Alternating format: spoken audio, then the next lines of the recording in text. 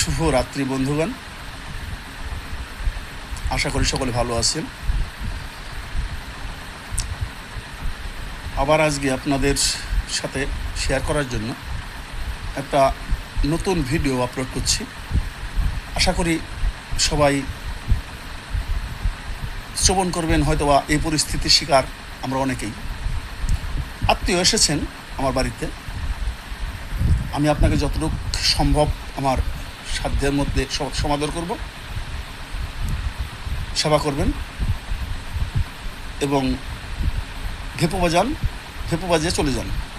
কখনো কোনো আত্মীয় বাড়িতে এসে কারোর পারিবারিক ব্যাপার নিয়ে নাক গলানোর মতন কাজ করবেন না, এতে আপনি অপমানিত হবেন। আশা করি ভিডিওটা সবাই দর্শন করবেন এবং কারা কারা এই পরিস্থিতির শিকার সেটা আমাকে জানাবেন। আমি খুব উচিত বক্তা, সে যেই হোক আমি উচিত কথাটা বলে দিই। তার আগে অনুরোধ থাকবে, যদি আমার এই কথাগুলো আপনার জীবনের প্রতিফলন ঘটে থাকে, যাদের ঘটেছে, যারা আমার এই সৃষ্টি এবং স্রষ্টা মিডিয়া নামক ইউটিউব চ্যানেলটিকে সাবস্ক্রাইব করেছেন, তাদের অশেষ অশেষ ধন্যবাদ। এবং যারা করেননি তারা একটু অনুগ্রহ করে সাবস্ক্রাইবটা করবেন এবং লাইক কমেন্ট শেয়ার করবেন। আশা করি পুরোটা শুনবেন, অনেক গুরুত্বপূর্ণ কিছু বিষয়। ধরুন, আমাদের বাবার সময়ের আত্মীয় বিয়ে করেছেন, সেই আত্মীয় স্বজন শ্বশুরবাড়ির সম্পর্কের, এবং ছেলে মেয়ে বিয়ে দিয়েছেন, ভাতিজি বিয়ে দিয়েছেন সেই আত্মীয় স্বজন। বহু কিছু আত্মীয় স্বজনই হয়তো বা আমরা আচার অনুষ্ঠানে বা যে কোনো সময় ওনারা বেড়াতে আসেন, আমরা বেড়াতে যাই। এটা আমাদের সম্পর্কটাকে ভালো রাখে, সুন্দর রাখে। কিন্তু সেই সম্পর্কের মধ্যে, অর্থাৎ বাড়তি মাতব্বরি করতে এসে কিছু আত্মীয় স্বজন নিজেদের আত্মসম্মান এবং তার যে বিষয়টা, ওই অবস্থানটা সে নষ্ট করে ফেলে। এটা আমার জীবনে কয়েকবার ঘটেছে এবং আমি সেই আত্মীয় স্বজনের বাড়িতে একদম পরিত্যাগ করেছি, সেই বাড়িতে যাই না। সেটা হতে পারে বোন, হতে পারে বা অন্য কোনো সম্পর্কে, যেই হোক, শ্বশুরবাড়ির সম্পর্কে। কিন্তু আপনার ব্যক্তিগত বিষয় নিয়ে যদি কেউ হস্তক্ষেপ করে, যদি আপনার আত্মসম্মানকে আঘাত করে, নিঃসন্দেহে তাকে ত্যাগ করে দেবেন। কারণ এই অধিকার আমি তাকে দেইনি। এই অধিকারটা আমি এবং আপনি তাকে দিন। হ্যাঁ, আমার যেমন মেয়ে বিয়ে দিছি বা বোন বিয়ে দিছি, ভাতিজি বিয়ে দিছি, সেখানে তারা যদি অন্যায় কাজগুলো আমার বোনের সাথে ভাতিজির সাথে করে, সেই ক্ষেত্রে আমি তাদের সাথে কথা বলবো, তাদের আত্মীয় স্বজনের সাথে কথা বলবো এবং যাচাই বাছাই করে দেখব যে সেটা কতটুকু সত্য আছে। এই বিষয়টা আমাদের মাথায় রেখে কিন্তু আত্মীয় স্বজনের সাথে সম্পর্ক টিকে রাখতে হবে। তখনই টিকে থাকবে যদি অনধিকার চর্চা আপনি করতে যান। অধিকার আছে, আমার মেয়ে বিয়ে দিয়েছি, বোন বিয়ে দিয়েছি, সেখানে আমার বোন পরিস্থিতির শিকার বা তারা যে অবস্থায় তার সাথে খারাপ আচরণ করে, সেটা আমার অধিকার আছে কথা বলার।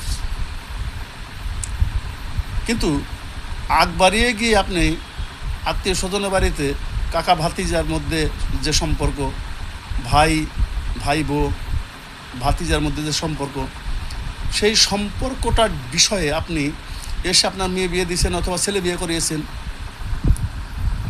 এখানে এসে যদি আপনি মাতব্বরি শুরু করে দেন, আপনি কিন্তু ভালো থাকবেন না।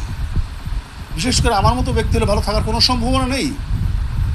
আমি আপনাকে একটা কথাই বলবো, আপনি আত্মীয় এসেছেন, আমি যা জুটিয়েছি, অনুগ্রহ করে সেবা করুন এবং দুদিন যদি আপনি থাকুন, আমার কোনো আপত্তি নাই। থাকার পরে আস্তে করে আপনাকে স্বাগতম, ভেপু বাজান চলে যান।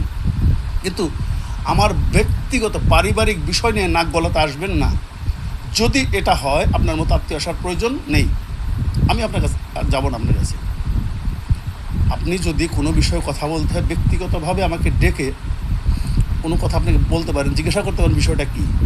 কারণ যে কোনো ঘটনাই, যে কোনো বিষয়ই, অর্থাৎ যে আপনার কাছে বলবে সে তার দিকটাকেই বলবে, অন্যের দিকটাও। সে যে অন্যায় করেছে, ভুল করেছে, সেটা বলবে না। আপনি তার কথা শুনেন, তারপরে যার বিষয়ে বলল তার কথাটা শুনেন, শোনার পরে নিজের সাথে বিচার বিশ্লেষণ করেন, করে প্রথম ওই বাড়ির যে আপনার আপনজনেরা, আপনার মেয়ের জামাই, ভাতিজির জামাই, যেই হোক, তাদের সাথে কথা না বলে তাদের যে গার্জিয়ানরা আছে তাদের সাথে কথা বলুন, এবং কথা বললে ব্যাপারটা শিওর হয়ে নিন বিষয়টা কি, তারপরে বলুন যে বিয়াই বা দাদা, অথবা সম্পর্ক যাই থাক, ডেকে যে তাহলে এক কাজ করেন, আসেন আমি তো আপনার আত্মীয়, অশান্তিটা হচ্ছে সেটা আমি চাই না, আসুন আমরা এখানে একটু বসে নিজের আলাপ করে দেখি না সম্পর্কটা, মানে সমস্যাটা কোথায়। অর্থাৎ আলোচনার মাধ্যমে সেই সম্পর্কটাকে টিকে রাখা সম্ভব।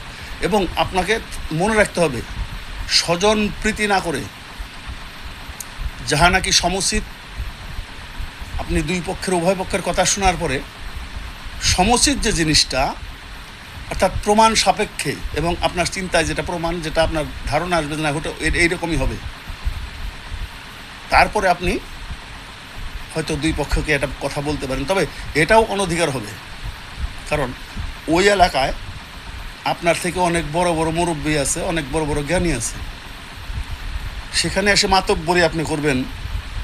কিন্তু আমার মতো যদি আত্মীয় হয়, আমি বললাম তো আপনাকে সম্মান দেখাবো, আমার বাড়িতে থাকাকালীন আপনাকে বলবো যে আপনি আমার এখানে জাজ উঠেছে, আহার করুন, এবং সময় হলে চলে যাবেন। 10 দিন থাকার দরকার থাকে না, আমার কোনো আবৃত্ত নাই। তবে আমার পারিবারিক বিষয় নিয়ে আপনি নাক গলাতে আসবেন না। এবং